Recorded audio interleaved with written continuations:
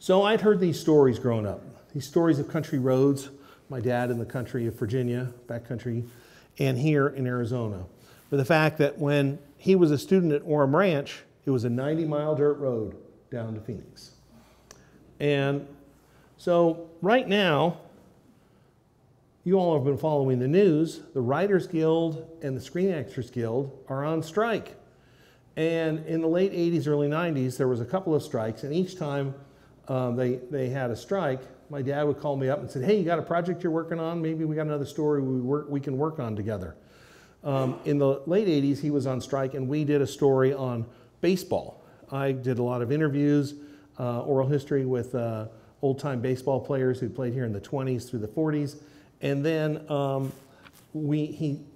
said, well, Dad, why don't we do something on the old Black Canyon Highway? You've been talking to me about it my whole childhood, and we still have a lot of people alive that we can interview.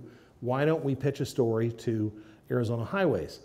And this was just about the time, it was around 91, 92. I was in graduate school. I was looking for a thesis topic, and I was about to start working at Arizona Highways. And so we pitched them the story of the Black Canyon Highway.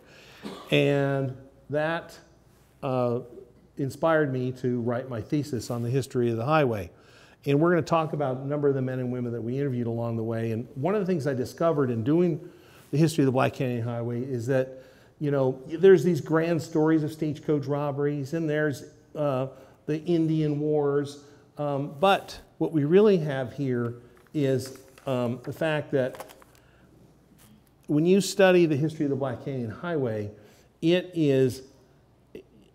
reveals our landscape, our historical and landscape that illustrates the community development of our state. Just by taking a look at our highway here, it reveals the story of the state of Arizona through the study of the highway.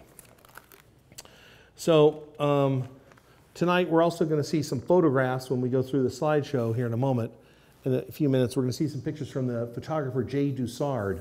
Jay was assigned with me, and we went out and he did these great portraits of some of the men and women whose lives and families helped define life along the old Black Canyon Highway. So why don't you go ahead and, Mike's going to forward some slides here. So this is a picture of the old Black Canyon Highway in the 1880s. And, you know, it was a little wider and a little better by the 1940s, but you can still drive that route. If you want to drive it, head on out here to Mayer and head on to Old Cordis and then down the road to Bumblebee, and you get down towards Arasta Creek, and it's still pretty rough and tumble into Black Canyon City. Now, this highway has a lot of great characters at the heart of Arizona history, and some of these characters were some of the founders of the territory. Jack Swilling, who was a founder of Phoenix, he had a homestead down in Canyon, or Black Canyon City. And he eventually had a little homestead near that. Ben Warner had a farm, and Swilling had a farm that's down there towards Bumblebee. Keep going.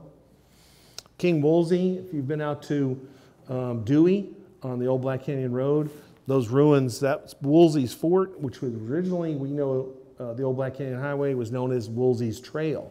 King Woolsey was a pretty tough hombre. He had a homestead here and a mill at Agua Frio. We believe that millstone could be out at Orem School. King Woolsey also had something down on the Gila. These men and the women that came up here in the HWY County were rawhide tough. They were entrepreneurs. They feared nothing. And King Woolsey was one of those early settlers. His fort, which if you go out towards Black Canyon to Dewey, you'll see the remnants of those walls. But his fort was the refuge if you were coming up if the cavalry or travelers were coming up the early trail, they could stop at his place there along the Agua Fria River. Next one. General George Stoneman. How many people have been to Stoneman Lake? I think it's one of the only handful, maybe the only natural lake in the state of Arizona. 1870, makes the national news in the U.S. Army. He brings the first cart, the first wheeled cart, over the Black Canyon Trail up from, not even Phoenix yet, but connects over from Fort McDowell and then up the Black Canyon and follows And he circumnavigates the territory in a report back to the War Department. But Stoneman's the first person to bring a wheeled wagon across up to Prescott and then circumnavigates the forts. Next one. All right, General George Crook, another person who helped establish some of our important trails. Many of you are familiar with what we call the Cherry Highway or 169. The fact of the matter is our roads and our routes, and we're gonna step back here in a moment, but Crook helped develop and redevelop the trail out of Fort Whipple, across Lonesome Valley, across what is now the Fain Ranches, across Prescott Valley, and you get to Dewey, and there's a crossroads there that we know. One goes towards Humboldt and the mines and Mayer and on to Cordes, and another one was at that time, he developed the Crook Trail. And so, but it's important now to think back, think where we're sitting right now. Why did Prescott get developed? There were three main things here. There was water, there was timber, and there was gold. And very, very soon, as we heard from Drew Desmond tonight, people were gathering in Prescott to make this a center of economic activity, right? Next one. So here we are. So we can see where Fort Whipple is, and out to Dewey, Mayer, Cordes, into Prescott, and that was the natural route because no one had ever built a railroad through the Black Canyon Highway. It was too difficult, too expensive, and by the time everyone thought about it, the mines along the lower Black Canyon were closing and they didn't need a railroad. But residents from Phoenix have been traveling up here for decades, coming up on the train. And I have a quote here. It's called the 3 T's. You know, the folks here in Prescott, even in the late 1860s in the Arizona Minor, were promoting the idea of good roads so that the folks in the heat of the desert could come up and enjoy the cool summer air of Prescott. Tourism was something they were thinking about early as the late 1860s and early 1870s. So Grace Sparks lines it up, and she helps push the idea that the US 89 should be built up the White Spar, what we know as the White Spar, and they came up with all kinds of great promotions. The Hacienda Trail, Cactus to Pines, and of course, the merchants and the local residents of Prescott embraced this idea wholeheartedly.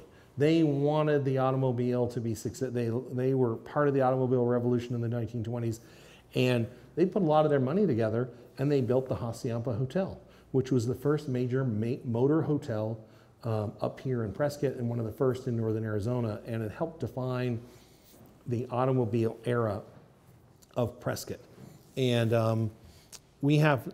so one of the things that Grace Sparks puts in motion, once they decide to build a highway up from Congress and through Yarnell and into Prescott, is that it isolates the communities between Prescott and Phoenix along the old Black Canyon Highway. And when I did my research, and again, your highways to history are different than mine, when I went to do my research, my focus, next slide please, my focus was on the highway between Prescott and Phoenix. And if I had really expanded the idea, I would have thought further about how people in Phoenix see the Black Canyon Highway, because to them, the Black Canyon Highway goes all the way into central Phoenix. But my highway ends kind of at the edge of Phoenix.